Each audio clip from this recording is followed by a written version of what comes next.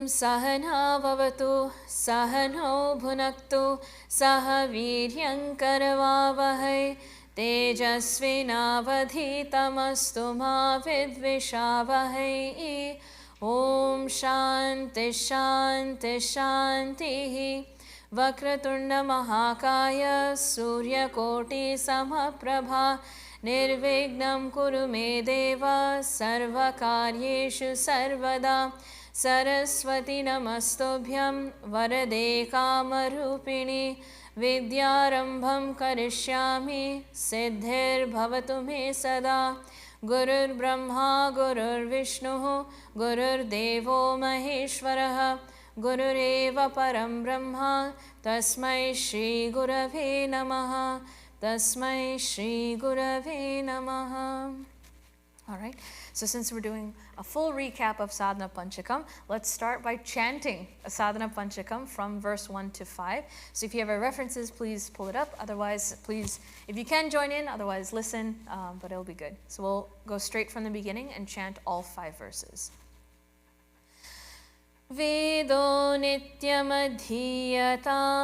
tadudidam karma swanushtiyatam Tene shasya vidhiyatam apachitihi kamye matistyajyatam papogaf paridhuyatam bhavasukhe dosho nusandhiyatam atmecha vyavasiyatam nijagrahat turnam vinirgamyatam Sangat satsu vidhiyatam bhagavato bhaktir dridadhiyatam shantyadif parichiyatam dridataram karmashu santyajyatam sadvidvanupasripyatam pratidhinam tatpaduka sevyatam brahmaikaksharamarthyatam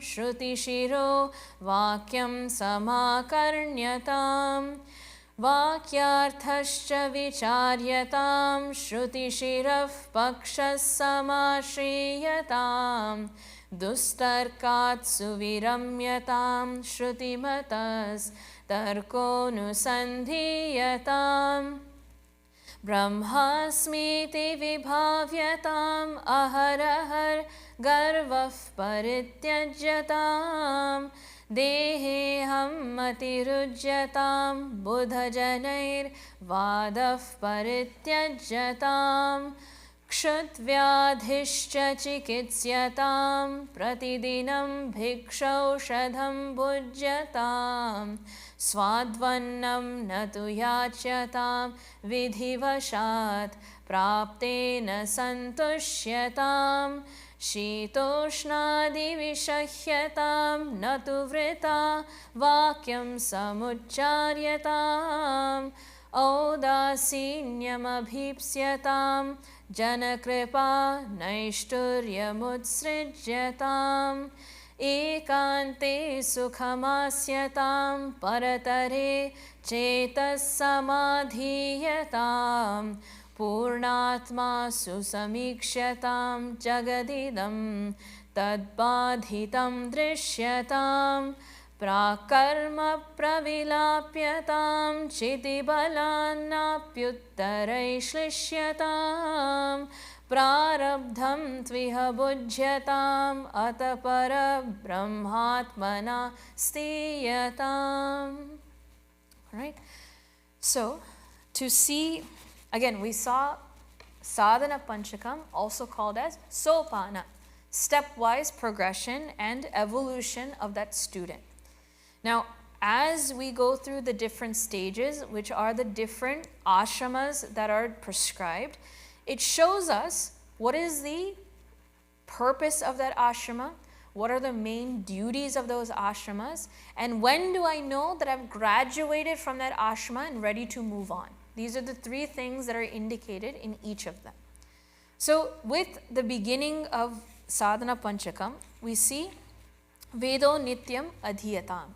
May I continually and perpetually study the Vedas thoroughly, especially the Karma Kanda portions of it, so that I may know what I need to do after this point onwards. Because the first thing is, we can't jump straight to Vedanta, we can't jump straight to Advaita. Because once I enter into life, I have to do things. What should I do? What shouldn't I do? How should I do it? What is the purpose of doing all of these things? That has to be established first. So we see in Gurukula systems that the guru gets to know the student, shows them the basics, starting with Gayatri Japa and the preliminary skill sets that any student would need. Then they look at all of the Karma Kanda portions, then based on the talents and skill sets of the student, what other specializations can we give them so that when they walk out of the Gurukula, they know they have great character, they have great strength, confidence, and knowledge of know-how, and they're ready to start participating in the world outside and contributing to the environment they're in. This is that holistic, value-based education that a Gurukula system will give, and when they're ready to now practice what they have taught, Brahmacharya ashram is done. Very simple when it comes to Brahmacharya ashram. Know what we need to do. When you have clarity and ready to practice, you are ready to now serve. That is when we know Brahmacharya ashram is complete, we're ready for the next stage. Now Grahastha is the, I call it the main elbow grease for our own personality. Because at this point, when we start acting, we're working on all of the creaks, rusts, the impurities that are within our own mind. We got to start working them out. So it says here, Tad uditam karma svanushthiyatam. Whatever has been prescribed in our understanding, we must start performing them to the absolute perfection that's required. We have to struggle, we have to practice, we have to stumble, we have to learn until we gain perfection in action. Now through that, when we say what actions, what karma, we say niyata karma, that which should be done always. Now niyata is made of two parts, nitya and naimitika. Nitya is daily duties I have to perform, without which my entire progression will not function. In the morning I have to get up, in the morning I have to take care of this body, I have to feed it, I have to keep it healthy. Then with my mind, I have to make sure my emotions are dealt with. With my intellect, I apply it to the responsibilities in front of me. Am I at a job? What skill sets do I need? When it comes to people, how do I handle them? What are my boundaries? What are my responsibilities? And what's not my responsibility? May I know this clearly and stick to it. And when it comes to others that rely on me, my parents, my children, my family, my friends, my community, what are the responsibilities I must do without being asked? That is my nitya, daily karmas that I have to perform. Now, of course, life is not always perfect and steady and the same every day. Every once in a while, some special circumstance will come up, and that will require and demand me to act differently, and there are also duties in those moments. When, let's say, a hurricane comes through, there's a disaster in the community, don't we all rise up to the occasion and give in a moment where we normally wouldn't? But it's required in that moment.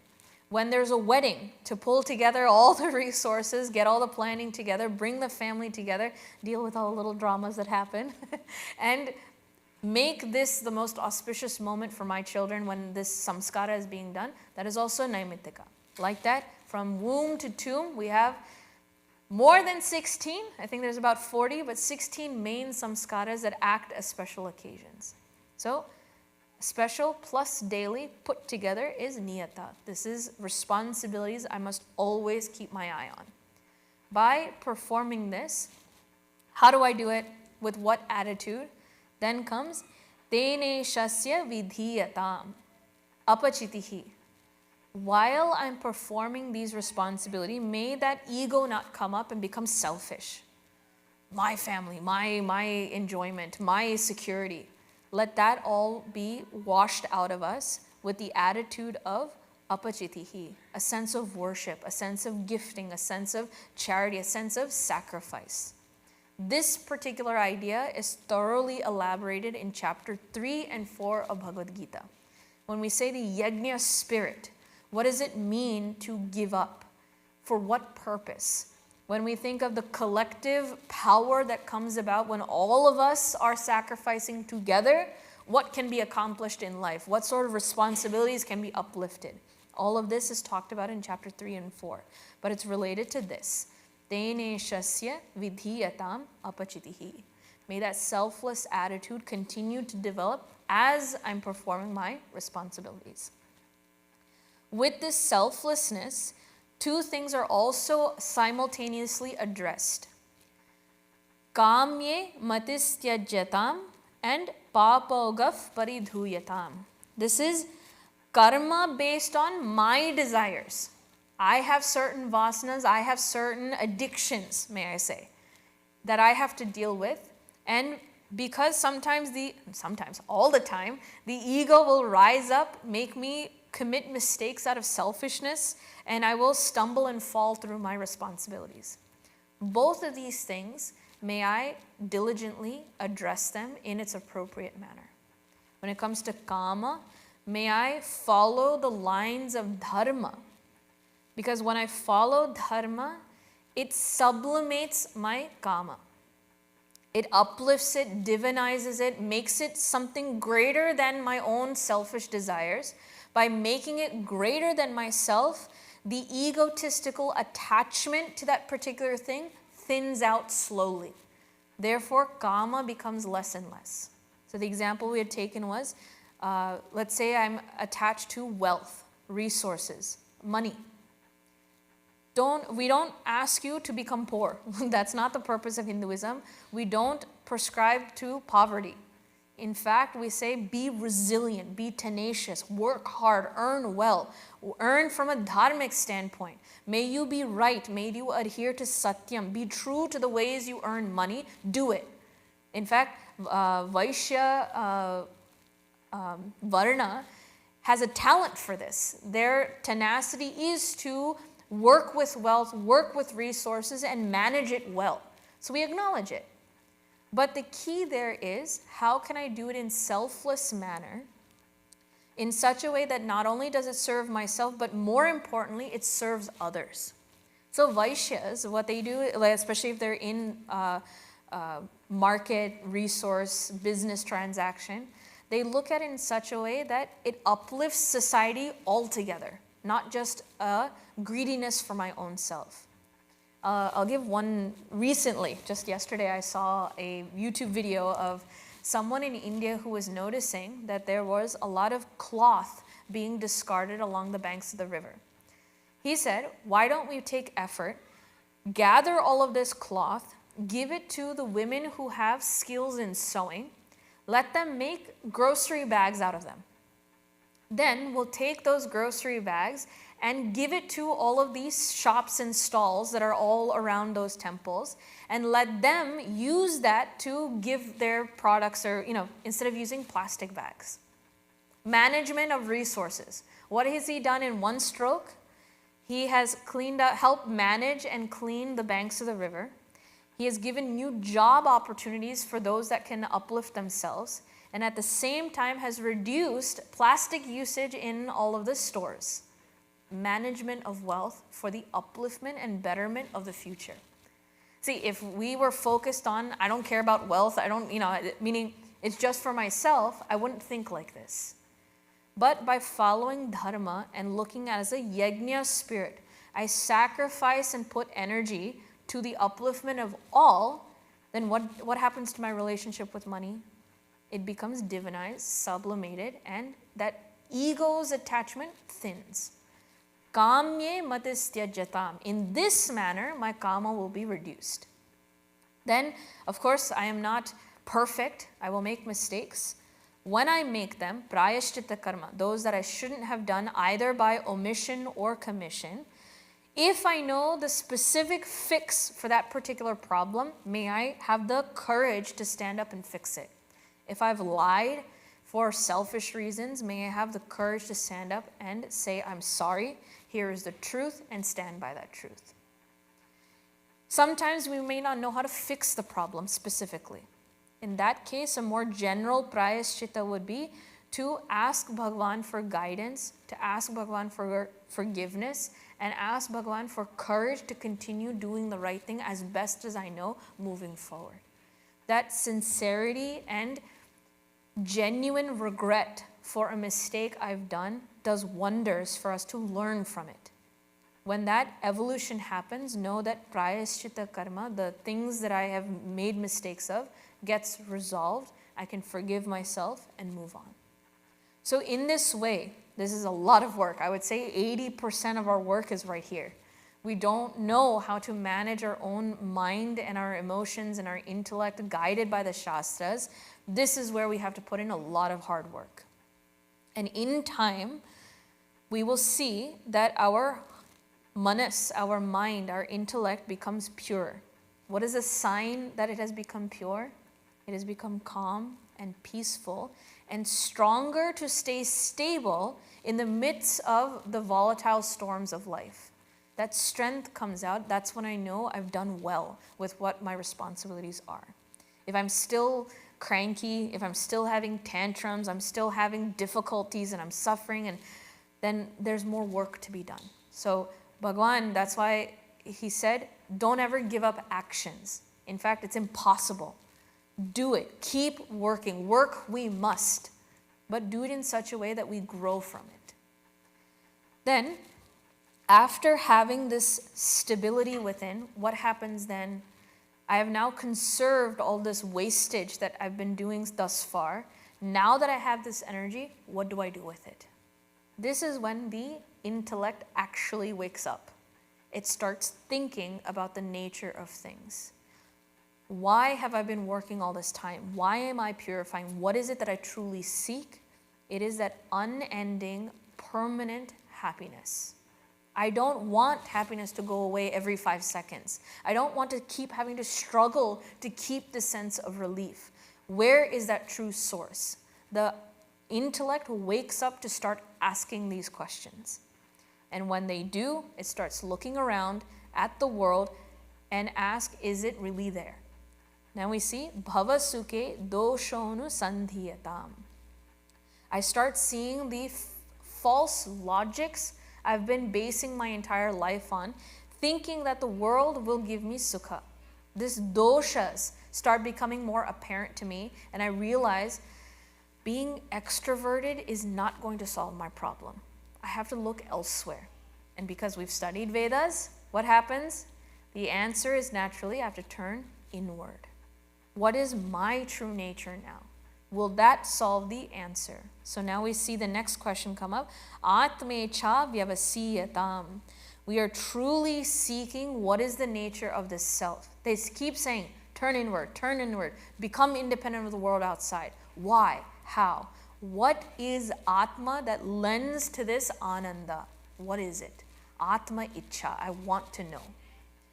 This last urge, this last desire of wanting to know this as the completion of Grahastha Ashrama. This is the level of maturity we've gained at the end.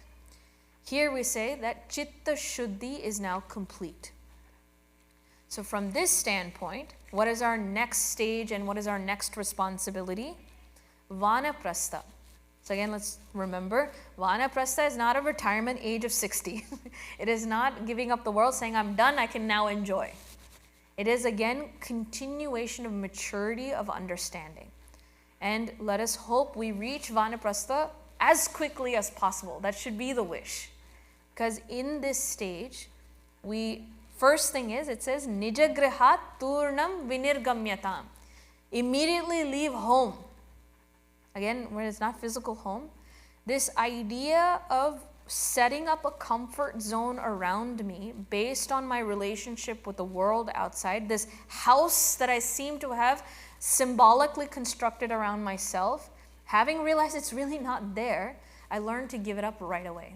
No, I don't want to live in this world anymore. I want to seek that truth. Let me now venture into the wilderness of Atma Jnana and continue this journey for something higher. I'm ready to give up my old ways of living in this house and pick up something that is more meaningful.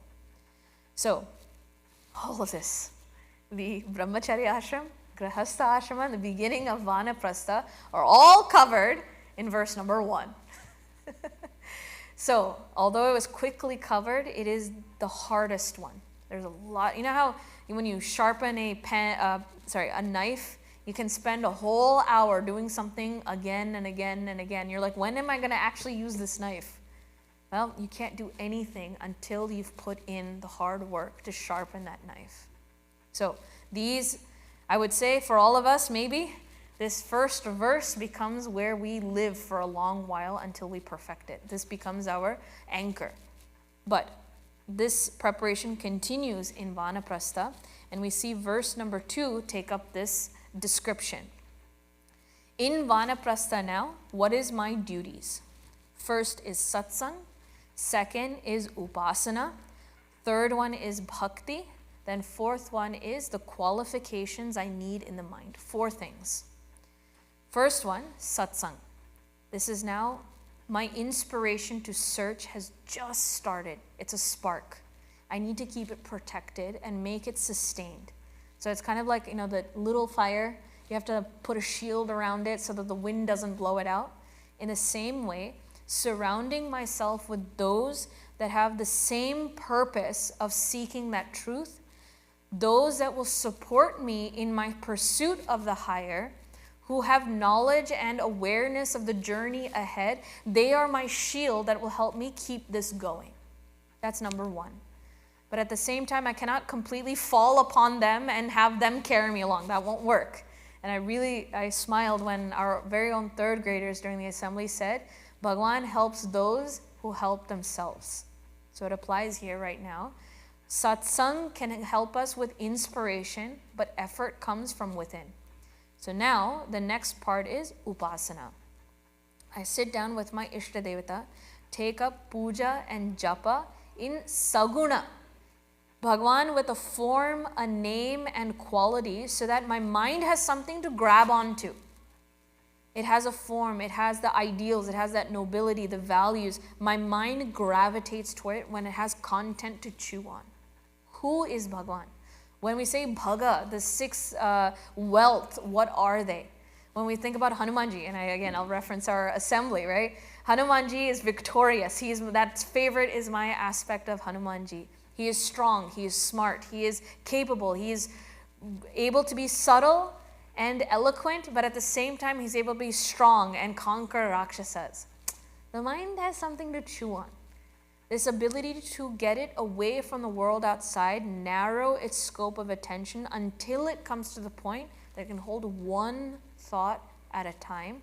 This is developing the strength of that intellect. The ekagrataha, single-pointed concentration. Then, because I've thought so much about Bhagwan, of course, my emotions also follow suit. Bhagavato bhaktir dridadhiyatam. My bhakti becomes strong because it is backed by that intellect and that ability to focus. With that shraddha and faith, I also see a transformation in my intellect. I develop the qualifications for knowledge. Here, that is Shanti, Danti, Uparati, Samadhana, Titiksha, and Shraddha. Shanti is controlling senses on the outside. Dhamma is controlling the senses from within, from the mind itself. So outward there's control, inward there's control. When it is well practiced, it is able to remain at rest and not constantly have to jump around. When it says sit, it will sit. When it says stand, it will stand. This is uparati. This is control. When that control becomes very natural, what we end up seeing is a sense of stira or samatvam. When life throws positive, negative, hot, cold, happiness, sadness, all these variations, this mind doesn't get tossed around. How many times when we observe our own self throughout the week, when situations are calm, I'm calm. But there's something or the other that will trigger a reaction out of me. It upsets me. It makes me sad. It makes me depressed. It makes me anxious. It makes me doubt myself. There's so many different instances that trigger something within. How long do we live in that instability? How long does it take us to say, okay, it's fine. It's been dealt with. Let me come back. Let me stay focused on what I need to. How long do we get tossed around? So I think of a horse. I have to stay on the horse, keep steady on that horse, and keep prodding along. I have to have the stability not to get knocked off that horse. As soon as I'm knocked off, I'm not working, I'm not progressing. Even if I get knocked off, how quickly can I come back and refocus? This samatvam, samadhana is that effect of shanti, danti, and uparati. When I am stable, wind can gust from the left, wind can gust from the right. I'm not going to be moved around. I will bear with it so long as it's there. That bearing is called titiksha. And it's with sukha, with a smile. I don't sit and complain and grit myself saying, I wish this was over. Why? I'm still looking for that moment to pass. Okay, it's here. So what? I'm not going to get tossed around. I'm right here. That strength from within to bear things without being sitting in negativity, that is titiksha. Why is all of this strength being developed?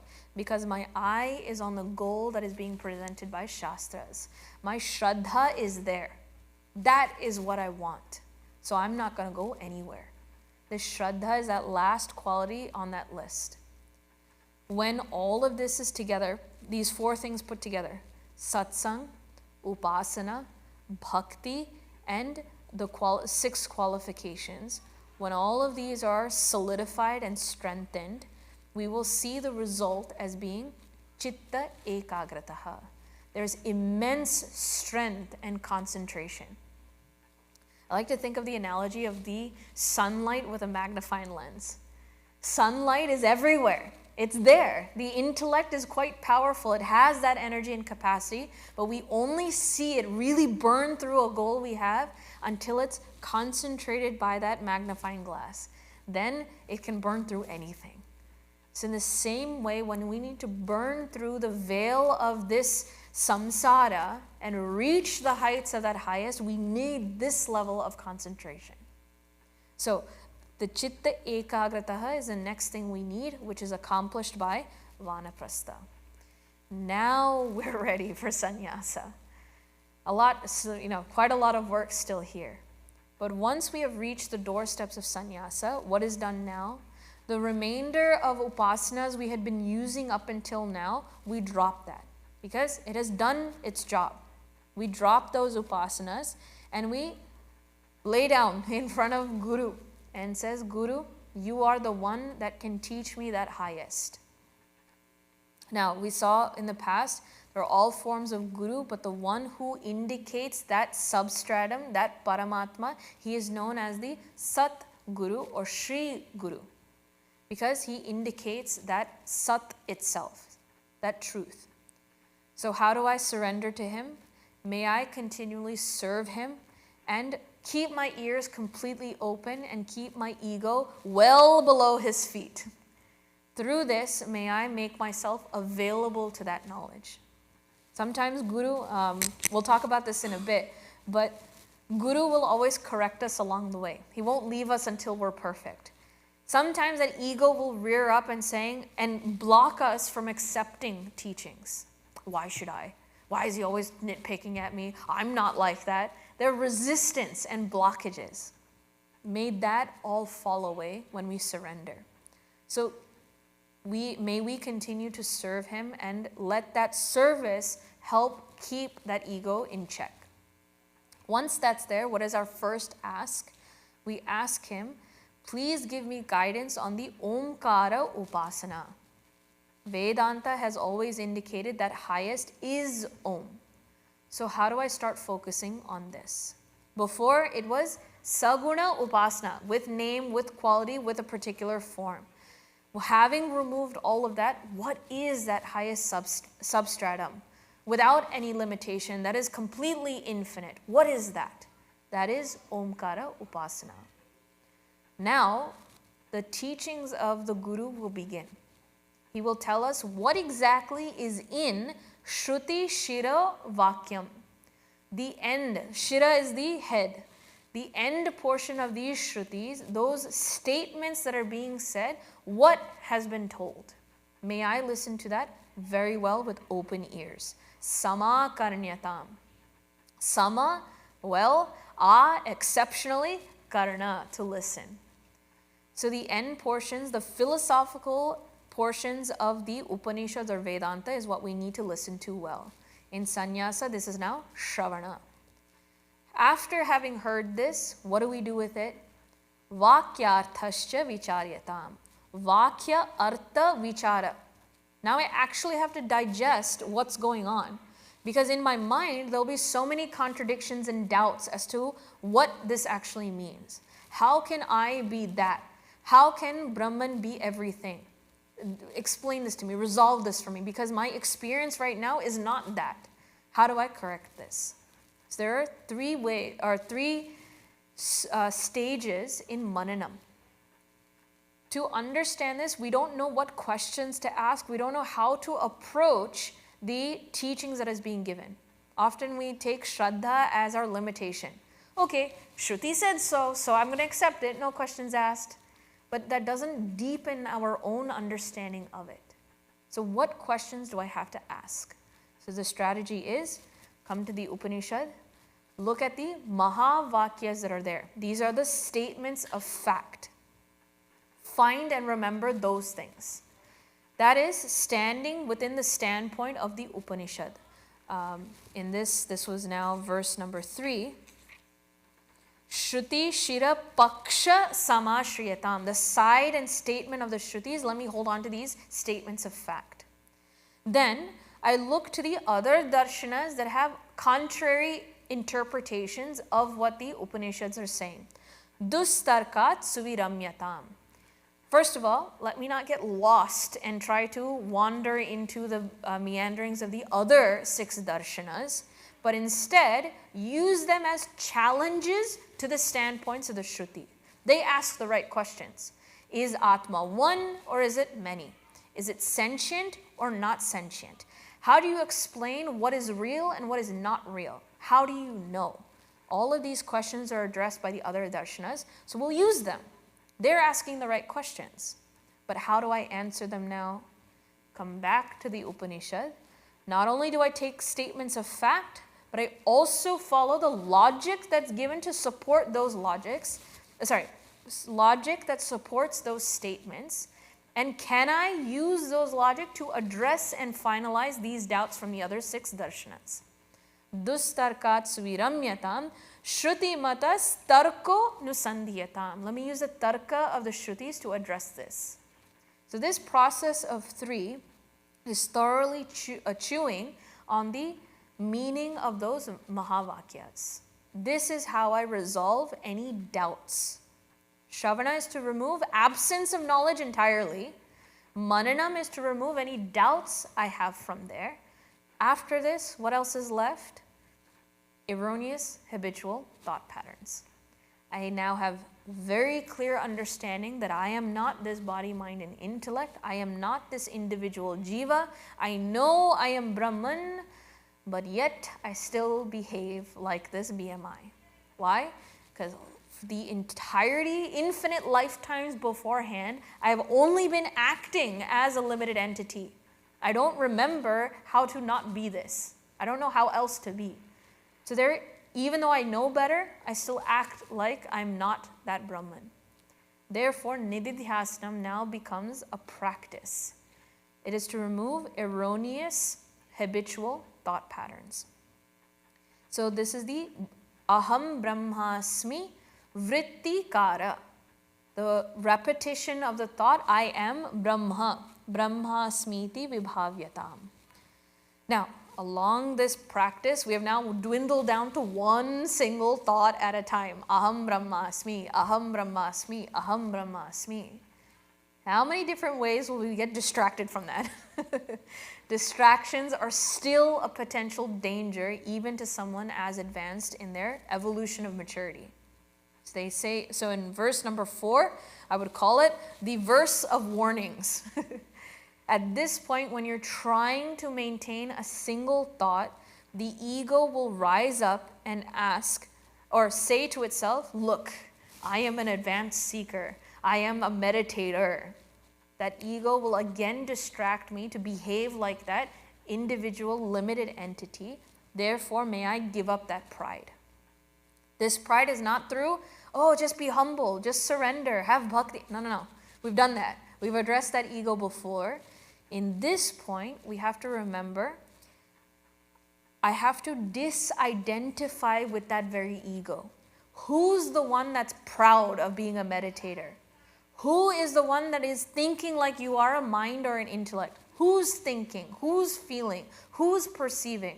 Who are you? The more and more I ask that question, it's like putting a spotlight on darkness.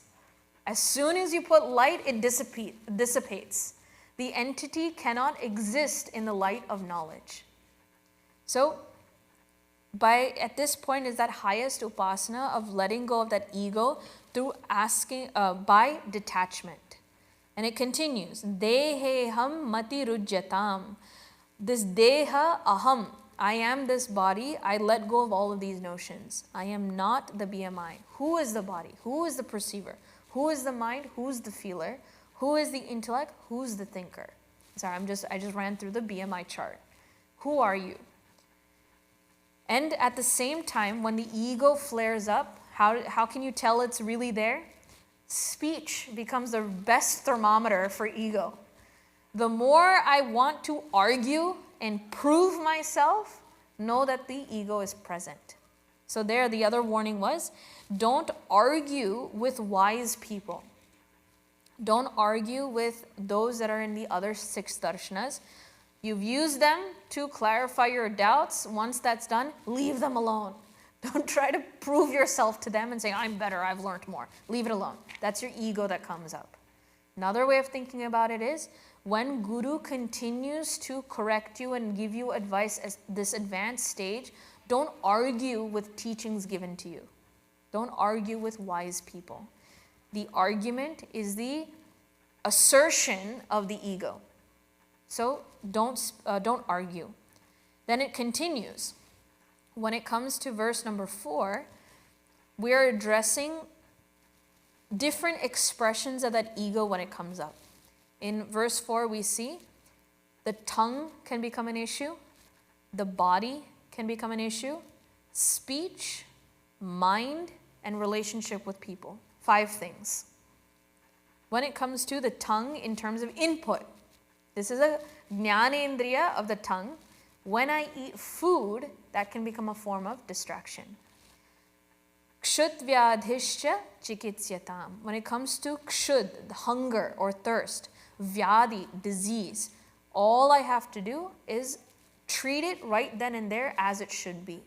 With hunger, feed it with bhiksha. With vyadi, disease, feed it with aushdam. No ifs, ands, or buts.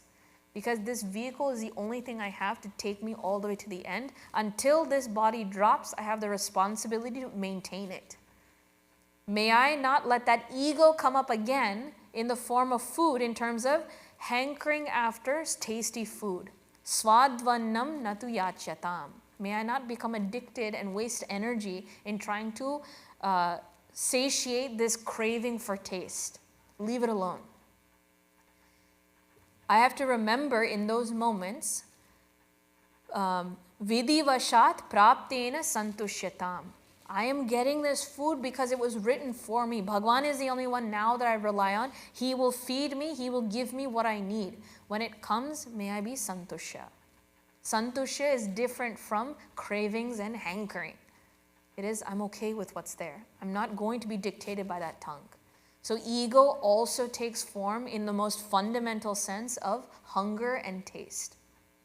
Then ego will also come up in the form of body when it starts fussing and complaining about its experiences from a physical standpoint. It's hot, it's cold, it's comfortable, not comfortable, it's warm, it's, I'm thinking of bed, right? Waking up 5 o'clock in the morning, oh, I don't want to get up, it's too warm here. So this constant fussing of wanting to keep having comfortable sensations, give that up.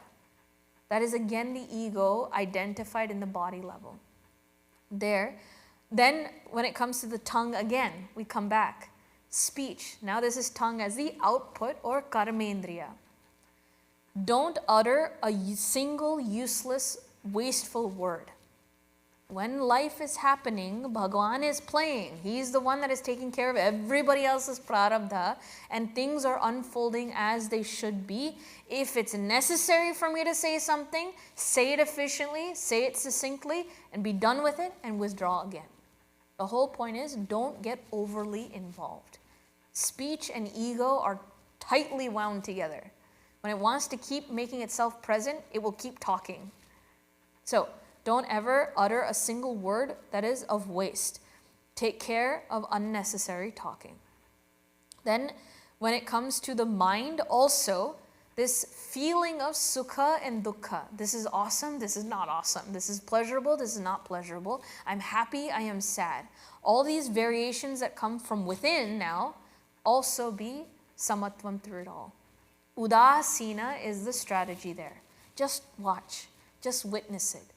Puja Gurudev talks about keep the head above the heart. The storms of emotions will keep passing by, stay above it. So it's kind of like when you're flying in the airplane.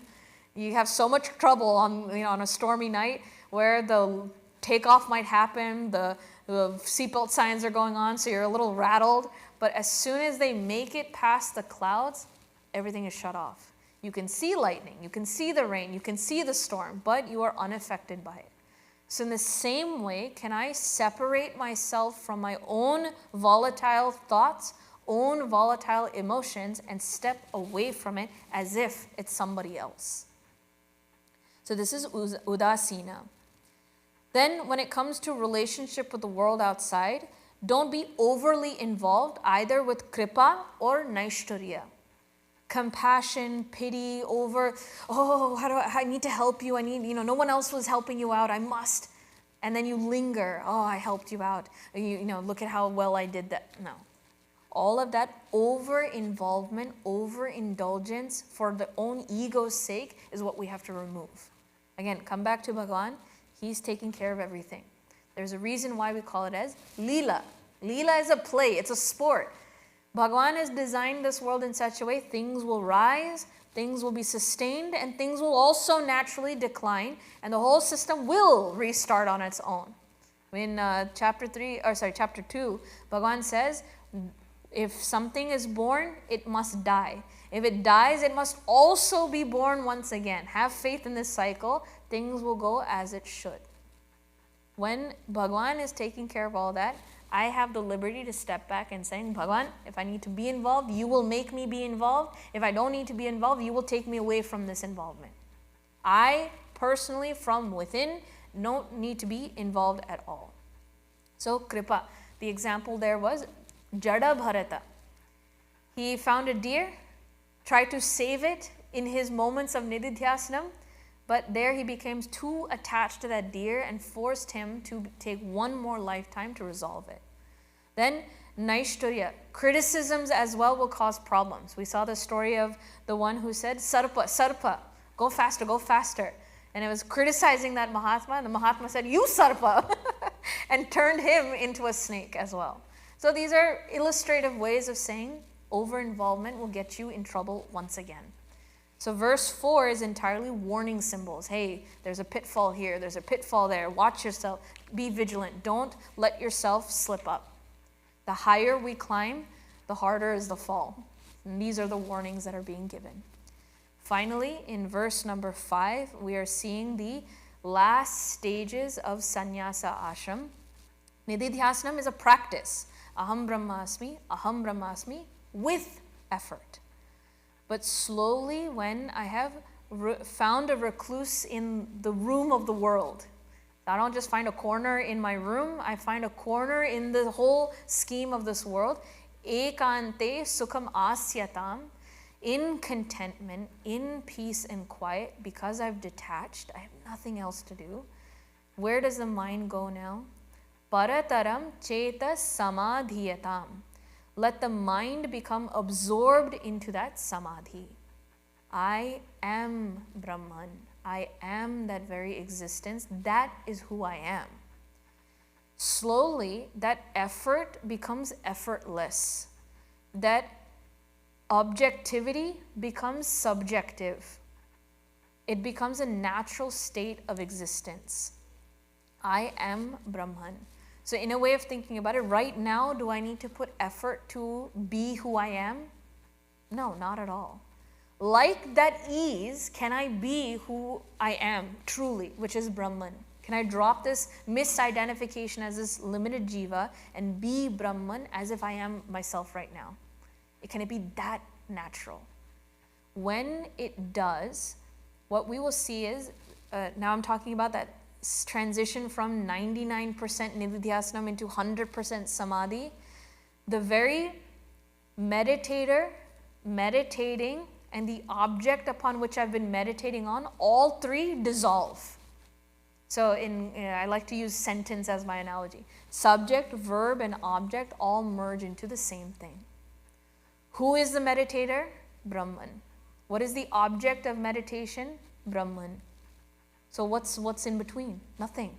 Subject is object. So then how can there be a verb? In the English language, when we say I'm standing, I'm sleeping, I'm crying, I'm laughing, I'm striving, I'm lazy, I'm doing nothing, all of that is this energetic thing that sits upon the very fact that I have to be first. If I am, then I can run. If I am, then I can sit. If I am, then I can cry or laugh, or all other variations happen. To be is the most fundamental verb. And if we really pay attention to this verb, it is no longer a verb, it is a noun. I am. This is me. There is no verb there. So like that, this distinction, triputi of subject, verb, and object dissolve. This is how natural it is to say, aham brahmasmi. That statement itself doesn't make any sense anymore. Then, at this point, we say that this person is a jivan muktaha. There, from within, we see purnatma susamikshatam. They see themselves in that purnatvam. I am everything. I am complete. There is nothing else that is limiting me. That purnatvam is in fact this experience of bliss and ananda. Atme cha vyavasiyatam purnatma susamikshatam. Where is that source of ananda? Where is that source of completeness? Hey, I am complete. So that's the journey that this sadhaka has gone through in sannyasa. Shravana, manana, nididhyasnam into samadhi. Now, what about the world? That we saw, what was the experience from within for that jivan muktaha? They are purnatvam. Then what happens to their perception of the world outside? It doesn't disappear. It becomes falsified. Not destroyed, falsified. So the word is bada, not nasha. Baditam means it's falsified. Just like realizing the true nature of a mirage. In the desert, there is a pond. Is it really there? No. It's falsified. Not that I stopped seeing the vapors and the little illusion, and not that I stopped seeing it, but I know the truth behind it. I don't come to rely on it as real. So in the same way, we start observing this entire world as just the play, this illusion that Bhagavan is showing himself in. But I know the truth. So we see many strange stories of when there was a Mahatma, two Mahatmas, and I'm remembering a story where I think it was Alexander saying, who is the greatest Mahatma in your age? And how do you know he's the greatest? So two Mahatmas came. They both had their Ishtadevata, they had darshan of Bhagavan. And while they were walking in the middle of the street, a raging elephant comes through the street. One stood and stopped right in front of the elephant saying, I will not move. The other one ran like crazy. So people thought maybe the guy who's standing in front of the elephant is the greater. The other guy was a coward. But when they asked both Mahatmas what happened, one said, my Bhagavan told me to stay put because he is Bhagavan. So I stood. The other one said, my Bhagavan, who is Balakrishna, told me to run, so I ran. They both have a clarity on the essence of the nature of the world. It doesn't matter what they do because they know this is all just fun play. They don't take the world seriously. They've falsified the world. To us, it's weird to see all the variations, but to them, they all have that same subjective experience. So the world is falsified. Then, what happens now? Here, in the last two sentences of verse 5, we've shifted voices. We're now no longer describing the Jivan Muktaha from his standpoint. We're describing the Jivan Muktaha from our standpoint. All of the rest of the Jivas, looking at a Mahatma, what do we see? So even Arjuna in end of chapter 2, he asked, Sthita prajna ka bhashaha charati vach. How does this Mahatma behave? What does he say? What does he do? How does he walk? How does he sit? How does he stand? Why does he continue to function even though he's realized? Why does he do what he does? Those questions are answered at this very end. So we saw last time that we have the concept of law of karma. When I perform an action, it has to reap results. When I initiate that action with the performance, it is called agami karma. Then there's a delay between the cause and the effect. In that potential time, there's a collection of all of the actions I've performed. It is now called as sanchita. Then when it's time to fructify, think of like the seed, right? I plant the seed, that is agami. It grows and brews, but nothing really happens. I don't see it grow. That is sanchita. And finally, when you see the sprout come out, that is prarabdha. It is now fructified. Now, in our terms, I perform an action. The action is recorded in my psyche, and that psyche gets carried between lifetimes. And when it's an appropriate time, it will fructify as this body, as this mind, as this intellect, in the circumstances I'm born in, and as the events that approach me as I progress through my life. All of this is determined by prarabdha. Now, this is, again, simple principle of cause and effect. Cause and effect, we've just given it more elaboration. For us, as a jiva, we're stuck in this cycle. When prarabdha comes to me, I'm prompted to act once again. That action causes agami, then I go back into sanchita, then prarabdha, then agami. I'm stuck in this cycle. Now, what was the question? What happens to that jivan muktaha? Because he has now dissolved that identity as a limited individual. What happens now?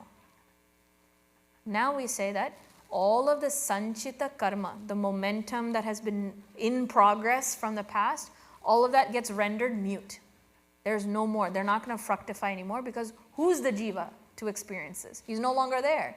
So they stop dead in their tracks.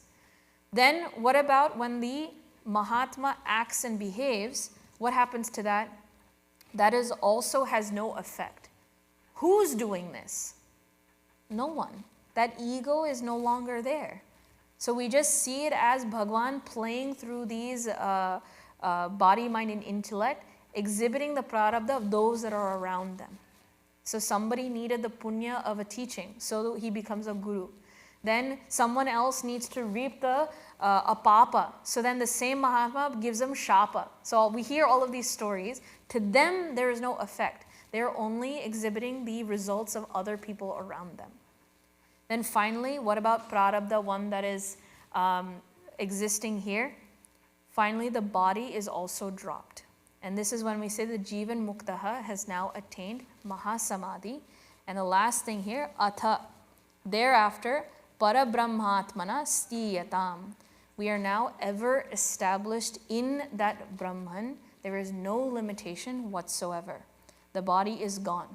But from the Jivan Mukta standpoint, was there any difference? No. He is that Brahman always. With or without a body, he has always been the same. But from our perspective, we see him finally dropping the last bit of his prarabdha. His body is also dropped. So in this way, Parabrahmatmana Sthiyatam. He is ever merged into that spiritual self. So in this way, 1 hour to go through all 5 verses here. This is our full roadmap.